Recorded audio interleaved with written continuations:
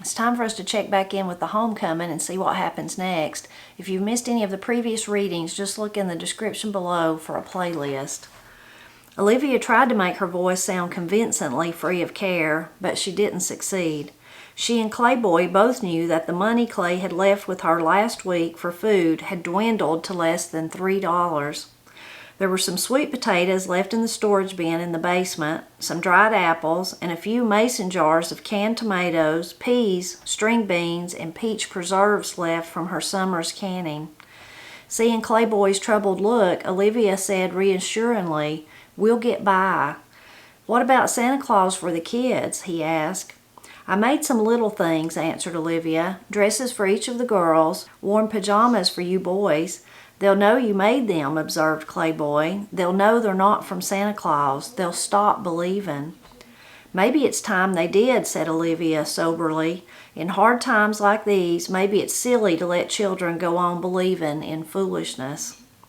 "I remember when I was little," said Clayboy. "Remember how we used to put out cornflakes for Santa Claus and carrots for his reindeer? It used to take me hours to get to sleep, thinking of him right here in the house. And then in the morning, when the presents were all under the tree and the cornflakes and carrots all gone, I really believed. Mama, I believed." Times were different. We had money to spend in them days. "You reckon the Depression will last forever, Mama?" "I don't know, boy," answered Olivia wearily. "Mr. Roosevelt says it won't. Now stop worrying about things you can't help. Go put up the Christmas tree. At least we'll have something pretty to look at." Clayboy went to the barn, found his father's handsaw and a square block of wood to use as the base for the Christmas tree. He returned to the back porch where the tree leaned against the wall. There he shook the tree vigorously, freeing it of the powdery snow which still clung to its limbs so it would be dry enough to take into the house. He sawed the pungent trunk of the evergreen evenly and nailed the square block to the foot of the trunk. The boy worked rapidly to set up the tree in the living room before his brothers and sisters arrived home. They would clamor to start decorating it immediately, and he wanted it ready for them. Once it stood in a corner, the tree released its wintry green aroma, which quickly permeated the living room. A tree in the house brought with it a feeling of mystery. Into the house, the tree brought with it the memory of thousands of white-hot summer suns, the long wilderness silence of snow-mantled winters, the crash of thunderous storms, the softness of a new green spring, and all the wild things which had rested in its shade or nestled in its branches. There was something pagan and alien in its presence which pervaded the house. "You're sure that's the same tree we picked out last summer?" asked Olivia when she came in to inspect it. "No, it's not, Mama," replied Clayboy. "Something broke some branches on that other one." Just then there was a great stomping of feet on the back porch, and they knew that the children had arrived home. Olivia rushed to the kitchen door, hoping they might have encountered Clay somewhere along the way, that he would be standing there when she opened the door with Patty Cake piggyback on his shoulders and the other children holding his hands and coattails. But there were only the children and their grandparents. "Merry Christmas, daughter," boomed Homer Italiano in his voice, which was so loud that it lent authority to anything he said, no matter how commonplace it might be. "Come on in, Papa," cried Olivia. "How are you, Mama?" "I think I've got a crick in my back," replied Ida. Homer's wife was a thin woman who, unlike her husband, spoke in a thin, near whisper. Alone with his wife, Homer was tender, independent, an indulged child as much as a husband, but when they were in the presence of others, he found it necessary to deride Ida's talents and personality. "That woman is crazy," remarked Homer with a wondering shake of his head. "Don't listen to him," whispered Ida, unbuttoning her coat. "What's Mama done now?" laughed Olivia, ushering the children out of the cold and into the kitchen. "Been streaking all over the hills, taking orders for the Larkin Company. Old woman like her ought to be home sitting by the fire in a rocking chair, 'stead of scooting around like a snowplow." "I made $3, protested Ida, "and that's $3 we wouldn't have had if I hadn't been out taking orders." It was then that the children spotted the Christmas tree, and with shrieks of delight they streamed into the living room to admire it. The grandparents came to the door and observed the tree for a moment, then turned back to take seats around the kitchen table. "Where's Clay, daughter?" asked Homer. "Somewhere between here and Waynesboro," answered Olivia. "Be here soon, I reckon." "I wouldn't count on it," observed Ida. "I bet you he's down yonder drinking whiskey with those Staples women right this second." Ida was a pillar of the Baptist church, and she lost no opportunity to remind her daughter that she had married a heathen. "Mama, I won't have you talking about Clay that way," objected Olivia. "He drinks, don't he?" snapped Ida. "He takes a drink," said Olivia. "There's a difference, and anyway, it's Christmas Eve. Clay'll want to be with his family." "At least he's working," said Homer. "That's more'n can be said for the rest of us." Nobody had any reply for this. "Hard times," said Homer philosophically. Ida nodded absently. "I was listening to the radio a while ago," continued Homer. "They're doing right smart talking about this New Deal." "It's what the country needs, all right," said Olivia. "I hear 'em talking about it all the time, but I don't know what it means," said Ida. "It means we got a man in the White House that's going to do something," announced Homer. "Roosevelt says he's going to open the banks, get the country moving again, and I believe he'll do it. You heard any of them fireside chats of his, daughter?" "I heard one the other night," replied Olivia, "talking about the NRA or some such." "There's some that feels the country is going to the dogs," said Homer, "but I don't pay 'em no heed. I say Roosevelt is going to keep his word." "They say she's real nice," observed Ida. "Joe Phillips was up there in Washington on the Veterans March. She came out there and shook hands with everybody, tasted the stew and all. Joe said he got up as close to her as I am to you." "I don't care what they do as long as they get the mill open and Clay can come home to work again," said Olivia. "Clay ought to be showing up here pretty soon," said Homer. "I expect him any minute," said Olivia, and she gave her mother a confident look to show that she meant what she said. In the living room there was a crisis. Clay Boy had been overseeing the decoration of the Christmas tree. On the topmost point of the tree he had fixed the silver glass star which had belonged to Grandma Spencer. Then they had placed the store-bought ornaments and ropes of tinsel on the tree, but there were still bare spots. To fill them, each of the children had brought down from their rooms decorations they had made themselves. John had varnished some pine cones with gold paint. Mark had found a heavy antique brass key and had polished it so that it shone with a burnished glow. Shirley had joined circles of construction paper together to form a chain. From a piece of red flannel, Matt had constructed a Santa Claus with black-eyed peas for eyes, a lump of coal for a nose, and a long, ragged cotton beard. Even though she had made it for Thanksgiving, Patty Cake, because she was the baby, had been allowed to hang a crayon-colored cutout of a turkey. From tinfoil, Luke had fashioned several silver bells, and when the decorations were all in place, the tree had developed a rather helter-skelter style. The trouble developed when Becky arrived with her decoration, a blue jay's nest containing one speckled grayish-blue egg. "You can't put that thing on the tree," said Matt. "It's full of mites, and that old rotten egg will smell bad." "You don't know what you're talking about," objected Becky. "This egg is not rotten. I blew all the stuff out of it. Inside, it's clean as a whistle." "I don't care," said Matt. "It's still got bird poop on it. Who wants a nasty thing like that on a Christmas tree?" "I do," said Becky firmly, "and it's not nasty." "You're such a crazy, Becky," said Shirley. "Oh, go paddle your canoe," said Becky airily. Pretending to ignore her brothers and sisters, Becky reached into the most conspicuous spot on the tree and began arranging the blue jay's nest on a handy fork while she sang the first stanza of "The Little Old Cathedral in the Pines." "All I've got to say," said Clay Boy, "is Santa Claus is going to take one smell of that bird poop and he's going to head right back up the chimney." Patty Cake began to cry.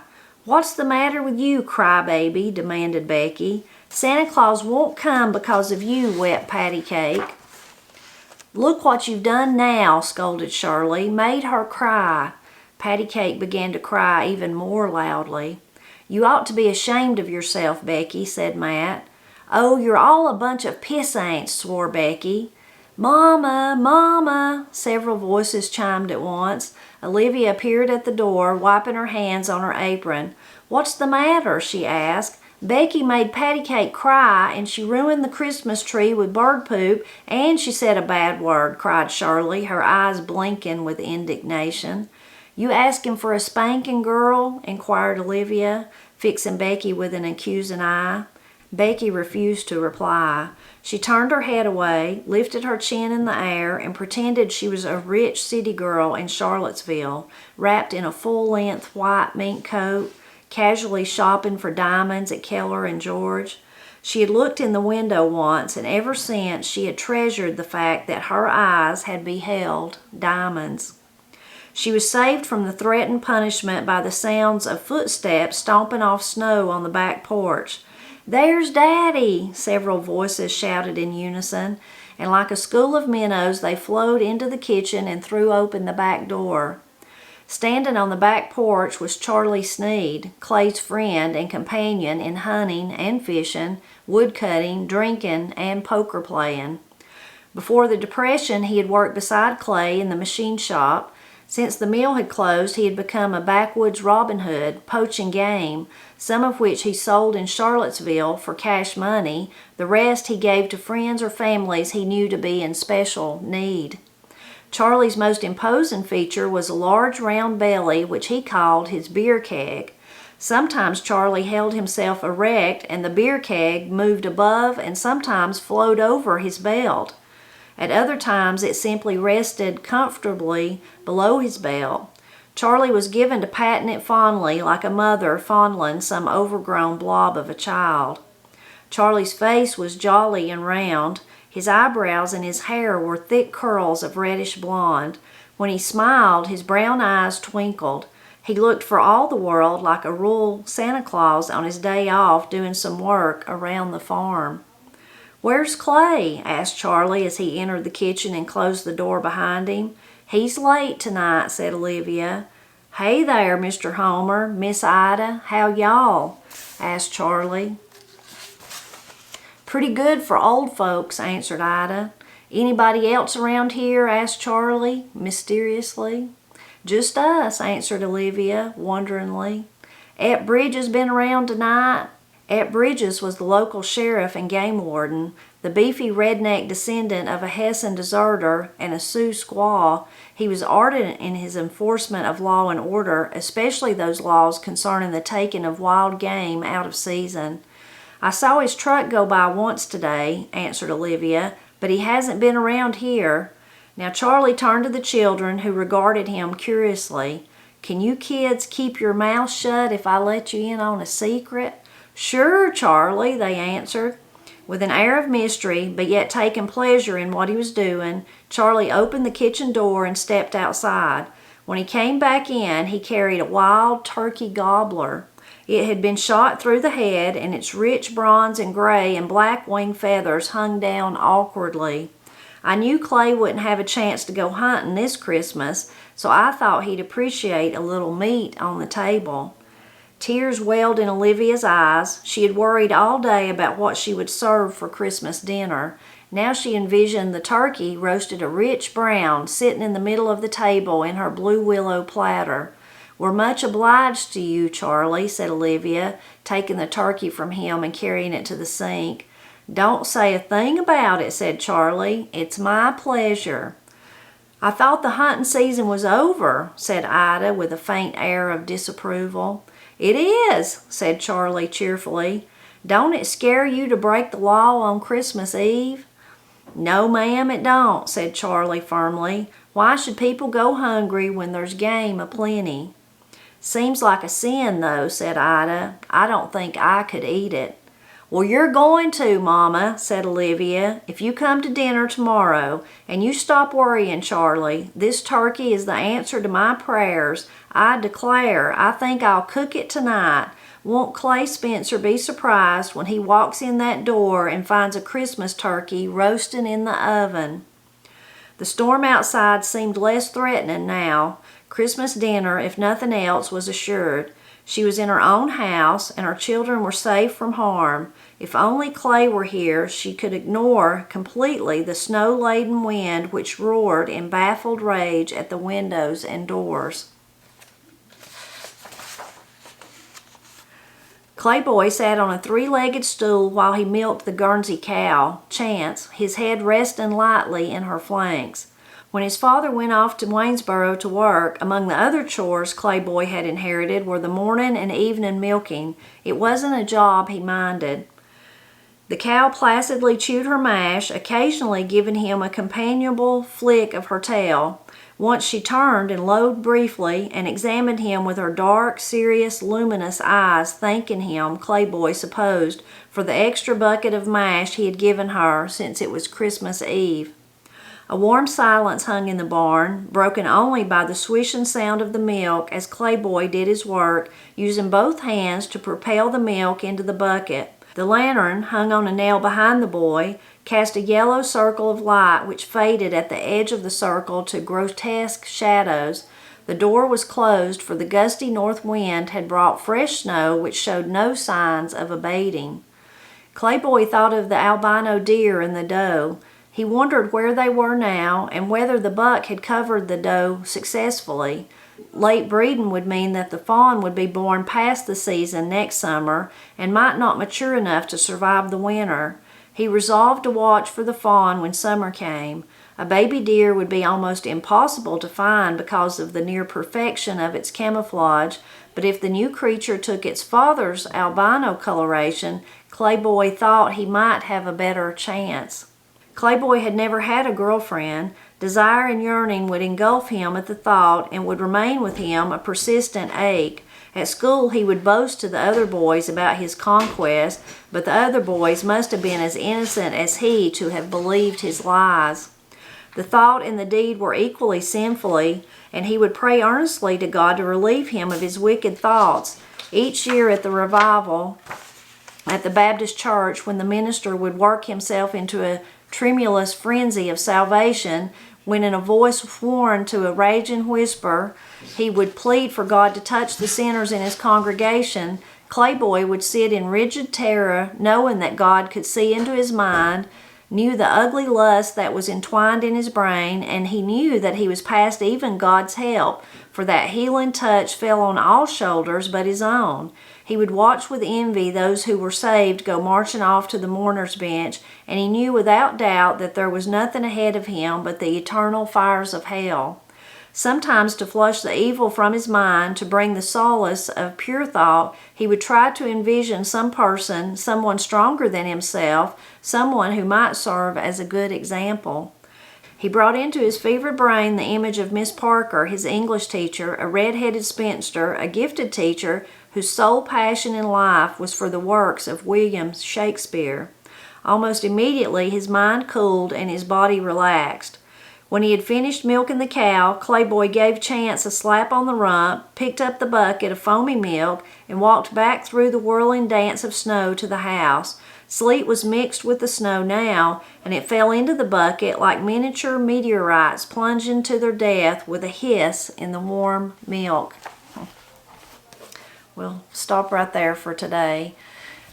Interesting part of the book is, again, continue to just see as the author is so good at describing things, from that warm, cozy barn that Clayboy was in at the end to him putting up the tree and all the kids fussing and pushing and shoving around it to decorate it, and even Homer and Ida coming, her parents coming, Olivia's parents. Really, the author really has a gift of making you be able to see the scene. I love the first part of this part that we read today, where he's talking about the tree, how when it's something special about it because it, he says it's all those thousands of sunshine, of the rain and the storm, and the animals that had nestled in it or took shelter under it, somehow all that come into the house with the tree. I really love that imagery of that. Makes you think of all those, if trees could talk, and what they see when no one's there, and all those different little sayings. Also reminds me when I was working back a long time ago at Tri-County at the college, and this was way back before I worked in the marketing department. When I was the main college receptionist, so I was answering the phone, and they had me sitting like in a little entryway, and unless people was coming through one of the doors, I was just out there by myself, and it was just pouring the rain. It was just one of those days that it was just raining buckets, and it had been raining like that. I could see it out the doors, in front of me, and of course see the people hurrying in and out with their umbrellas or trying to hold their coats over their head, and it had been like that all day, and probably 2 or 3 days before that. It was just a really rainy time, and I had a little bag of my dried apples that I'd dried, and I was eating those apples, looking at the rain, thinking, will it ever quit raining, and I don't know what made me think about it, but as I was eating those apples, I remembered like when it was, when I dried them back in the summer, at the end of summer probably, but when I was drying those apples, how it was still hot and dry outside, and I think that's when I first started thinking about it. I might have thought of it before then, but that was one of the times that it really come to mind that, with every bite of an apple, it's like I remembered what I was doing that day that I dried them. Memories like us being in Georgia, and one time I took all my apples to Georgia with us when we went to deer camp with Matt, and while he hunted and Corey and Katie played around, I dried apples and made applesauce and peeled apples, and just enjoyed not having to do anything but that while I was just there enjoying it. So it brought back all those memories. In the same way, when I open a can of green beans or a jar of tomatoes in the winter, I think of the hot sun and just like he was describing about the tree, maybe all the bees and the butterflies that buzzed by the beans or the tomatoes or whatever, and the smell of the tomatoes and the smell of the green beans. So it's wonderful to think about those things, whether it's in regard to food we're eating that you put up yourself, or like the Christmas tree that Clayboy found there and brought in from the great outdoors. All through the book so far that we've read, and I know it'll continue, I really love the language. There's so many little things that jump out at me. I think it was Homer said, "Right smart." That's something that I still hear today, used to describe an amount, a pretty good size of an amount of something, whether it's talking about a right smart of rain or a right smart chance that it's going to rain tomorrow or whatever. That's something that I still hear. And then Ida said she had a crick. So that's what we would say. If I wake up and my neck's sore or my back, I say I have a crick in it. It's got a crick. And I just thought that was really commonplace, and it may be. You'll have to tell me if it is to you. But then in the last few years, I said that somewhere, and people's like, I don't understand what you're talking about. You mean you have like a pulled muscle or something? And I'm like, well, no, it's not really a pulled muscle. It's a crick. And they're like, well, what's a crick? And I'm like, well, it's just, I can't tell you. It's just a crick. Anyway, so I like that one. That one jumped out at me. I'm looking over here at my notes, see what else didn't you love the wild turkey that Clay's friend that brought in the wild turkey? And of course, Matt's a hunter, provides food for us, but he certainly does obey all the rules. He buys his license and he follows the law and all that. But you can see why Clay's friend there, why he was kind of pushing back on Ida, because that was a different time. Matt does all that today because we're not starving. But in those Depression days, at the beginning of this part we read, I read off all the food they had in the house, and it wasn't very much, especially when you think about how many of them there was. So you can kind of see his reasoning. He's like, yeah, I took the turkey and I wasn't supposed to, but there ain't no sense in people starving either. So, but he just seemed like such a jovial person with the description. Again, it was really well, the author really described him well. You could just picture him with his reddish blonde curls and his big belly and all that. So I really liked that part. And then the ending part, I don't know if you can identify with Clayboy there, if you're a believer and you've ever went to church and stuff, where especially when you're young, you kind of get to thinking that you're the only person that's a sinner, like you're the only person that has bad thoughts or does bad things. And of course, as an adult, you realize as you get older that we're human. That's our humanness. We can't help it that we have impure thoughts or think bad things or even do bad things sometimes. Of course, we should try our best, which is what Clayboy was doing there. But it reminded me of one time I went through a spell of when I was young I don't know if I was in maybe I was in 3rd or 4th grade or something like that. But I got to thinking that because I was afraid to die, I mean I was a sinner, because I should just be happy to die, I should be happy to go to heaven, and that must mean that maybe I really hadn't accepted Christ, or, what was wrong with me. And then of all places for God to show me that I was wrong, I was at a Baptist camp, Truett Camp. If anybody's local, you'll know where that's at. And I would go every summer. Granny would let me go, and I'd go with some girls from the church. We had the best time every year. But anyway, it was at one of those, like a week there, and I just got to notice, and every day we'd done lots of fun stuff, but then there would always be some kind of service too. And I got to noticing that the gentlemen that were preaching that week or talking to us, that they were, I noticed the first one, and then I kept noticing, and pretty much all of them said they were thankful that God had let them live another day, something in that frame of mind. And I thought, they don't want to die either. They don't want to die either. So it must be okay that I don't want to die, that I really like my life and I don't want to die. That must be okay. Of course, that was just my child mind trying to figure all that out, just like Clay Boy's there at the end. I hope you enjoyed this part, though. Now we've got to see, though, is Clay ever going to get home? When you heard those footsteps, when they heard them, I thought too, this is Clay. He's gonna open the door and tell about the adventure he had getting home, but it wasn't him. So you're gonna have to tune back in. This is Monday, so you have to tune back in on Friday for us to see what happens next. And please do leave a comment and let me know what you enjoyed about this part of the reading.